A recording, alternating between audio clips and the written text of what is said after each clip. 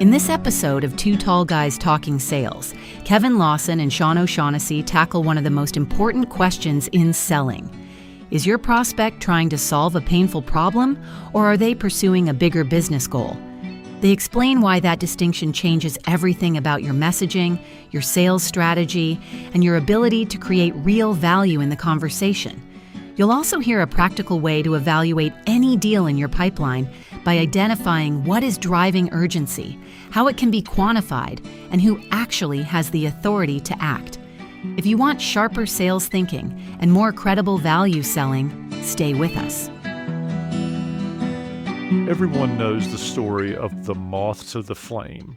The moth is attracted to the flame, the light. If you're a salesperson, you got to find the light.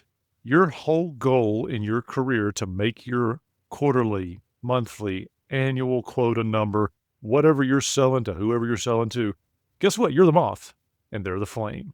But the flame inside their business doesn't necessarily mean that they know the flame is burning their business down. We're attracted to those businesses as sellers because we have solutions. We can reflect that light and amplify that flame in a business, which could be an opportunity.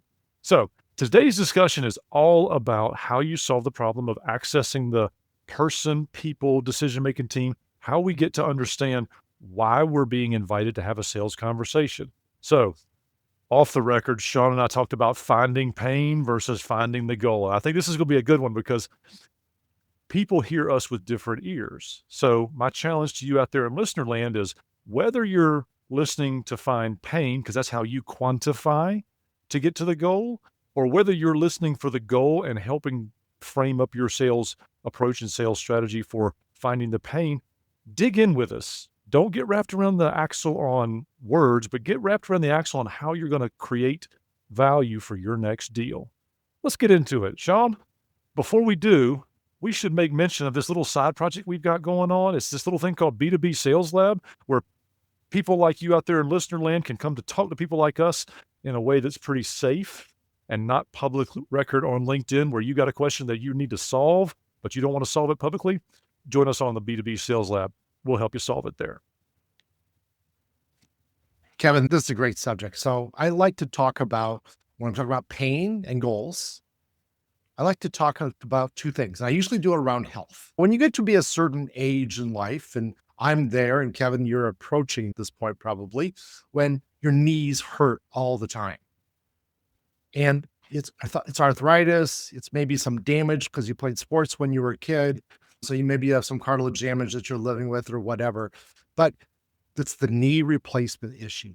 When should you do the knee replacement? And you never want to do the knee replacement when it hurts a little bit when I go down the stairs, or it hurts a little bit in the morning until the first 4 or 5 steps. And then I'm good. I'm fine now. So that's pain, but you don't have enough pain that you're going to go through the effort to get a new knee or 2 knees. So you've got some pain, but not a lot of pain. That's one way to think about this conversation of, do I have a goal of replacing my knee because I'm in so much pain, I have to do it. It's a priority in my life. And if that's not something that you can relate to, I'm just going to ask you, do you floss your teeth? You know what it's like if you don't floss your teeth. Some people are really good at it. Let's face it, most people are not good at flossing their teeth because mom's not watching them anymore.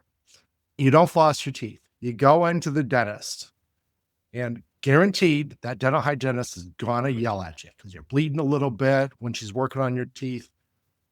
When he's scrubbing at you, he's scraping at it, and you got some blood coming, and he goes, you know what? You're not flossing enough. You need to floss every day for 22 minutes and blah, blah, blah, blah. They give you the lecture. You've all had the lecture. I've had the lecture. Kevin, you've had the lecture. We've all had the lecture where we're not doing it. So we don't like to go to the dentist and solve that problem. And all we have to do is floss our teeth and use a mouthwash. We don't spend money on that. We don't spend time on that. We don't prioritize that against everything else. And if you think of those two examples, everybody out there in listener lane, you're going to get the difference between a goal and a pain. Do you have a goal to not go through that process? Do you have a goal of eliminating the pain in your knees? and therefore you're going to call the orthopedic surgeon up and make an appointment. But if it's just a pain and you can live with it, then you're going, not today, not this year, maybe next year, maybe in 3 years, but don't wait too long, because when you're 85, you don't want to go through that pain. So do it before that. So the takeaway here is Sean's old and I'm approaching an age where I see that pain quotient way off in the distance, because Sean and I are both former ball players, so we definitely have age-related injuries. So anyway, but the fun part of this is back to sales. Well, that first 5 minutes was just fun to really just engage you all, because I want you all thinking about, am I thinking about pain at my customer's level? And really, when it comes down to it, what Sean and I are talking about is when you're talking to a prospect, customer, spouse, friend, anybody, you're trying to understand pain in their terms. Another way of saying pain or goals is value. Value in the terms that your customer or prospect measures outcomes. In large part, nobody cares if you cycle the motor twice as fast. Nobody cares if your sales process is really designed super critically and really awesome with really cool colors on this one infographic. Nobody cares. They care about, can I rely on the efforts my team is doing to get the outcome I need them to achieve?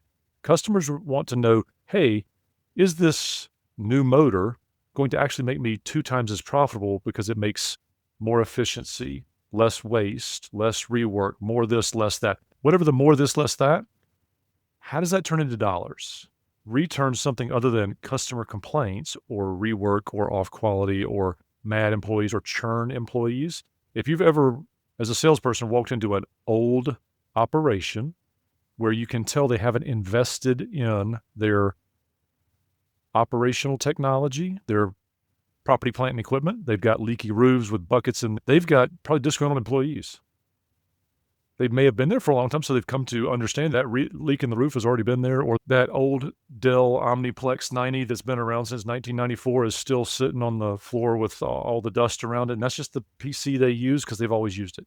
And it just works. It's bulletproof. It runs on the green GUI, a non-GUI screen. It's a character user screen. If you see these things, these should be obvious telling points to what you should be talking about. Why are you there? What value do you bring other than features and benefits?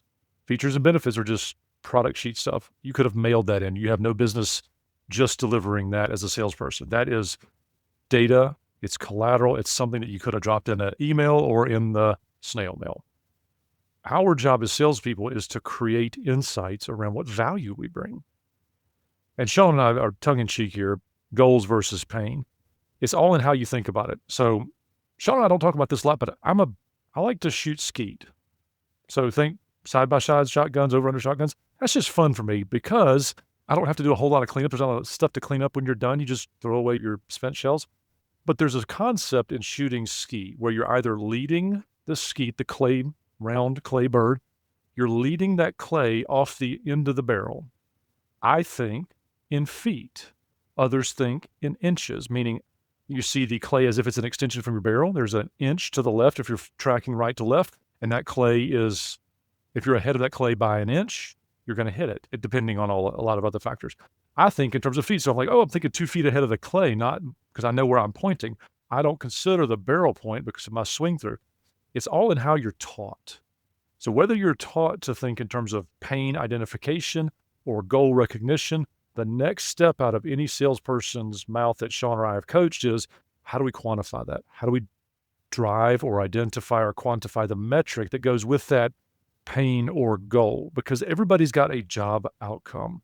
When you're thinking about your persona, not the ideal client profile, not the company, but the person in the company, that persona, we want to quantify how they bonus, how they get accolades for their job, how they derive personal satisfaction in their job, all the things that makes them feel good or measure value in their business, in their life as an outcome to how they do their job is really how we serve them in a lot of ways. Because we're talking about executive level function coaching here, sales coaching here. We're taking people on a journey they probably couldn't get to on their own, and we're helping them expand their world vision to how our solution impacts us long after the solution is implemented. People don't buy the project, they buy the outcome. So what is the result of that outcome? I have so many analogies to talk about right now. So Wayne Gretzky, I ski to where the puck is going to be, not to where the puck is. So that's that leading the clay by an inch or 2 feet. So one of the things that I had talked to people about is if I'm working at Lowe's or Home Depot and I'm selling drills, drills are about putting holes in something else. Buying a drill is worthless. It's about putting the hole in. And it's really not even about putting the hole in. It's what are you going to put through the hole or into the hole that matters. The value to the carpenter is that there is a hole there that I can put a piece of wire through or a piece of HVAC piping through. So the goal here is what are you doing for the customer that's going to increase the value of that company? Now, the challenge in this is if you get too big, if you are talking about you spend $1 million, Mr. Customer, and you're going to get $5 million in return over the course of the next 5 years, that may sound good if they have the cash for the $1 million. And there's ways, obviously, you can do buying patterns and loans or whatever. However, the bigger you get, the more you need to align with the goals of the corporation and not just the pains of what's going on. The small deals, those are pain deals. Those are, I have to solve this problem today.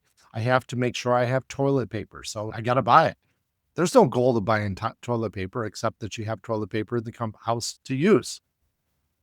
The goal is for a company, the bigger goals are, we need to solve this problem because it's important that we do that. We need to acquire this company. We need to expand our facility. We need to buy that new machine tool because we have to fulfill these orders, or the old one's breaking, or we're spending way too much on maintenance dollars or whatever. So talking about goals and pain, you eventually have to get down to how much does it cost to put up with it? And how much does it cost to solve it? And what is the payback on that? So when you're talking to a customer and they are talking about the future, now you're talking about goals. And now you have to align your company with that. When you're talking to a prospect and they're talking about, this is really dumb and we need to solve this problem.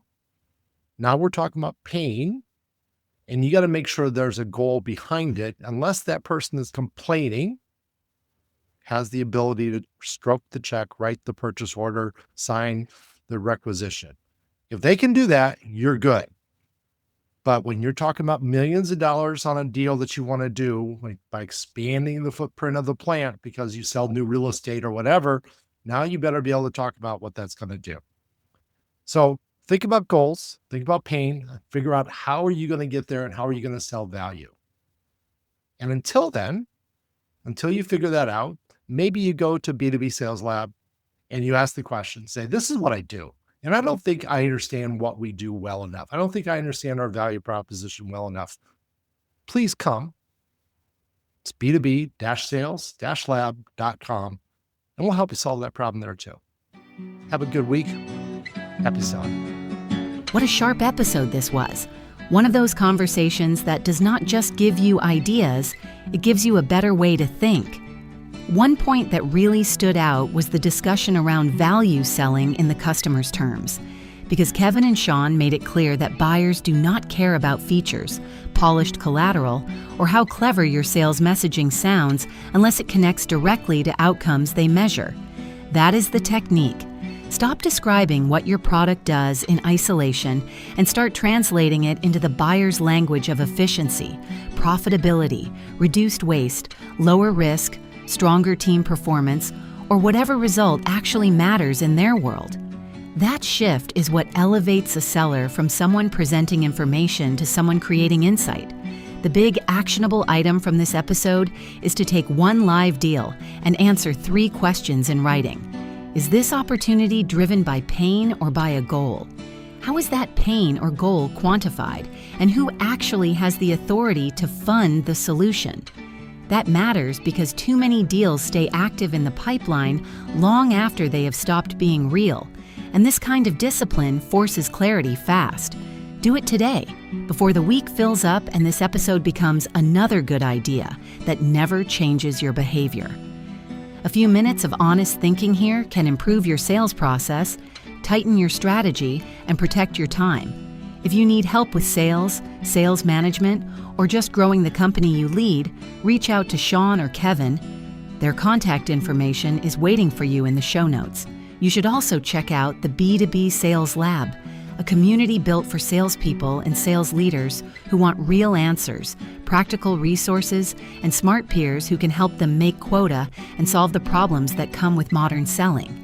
You'll find the B2B Sales Lab link in the show notes as well, but it is the letter B, the number 2, the letter B again, then -sales-lab.com. And when the next episode drops on Tuesday afternoon Eastern, be ready to join us again for another conversation that will make you sharper, stronger, and more valuable in the field. Happy selling!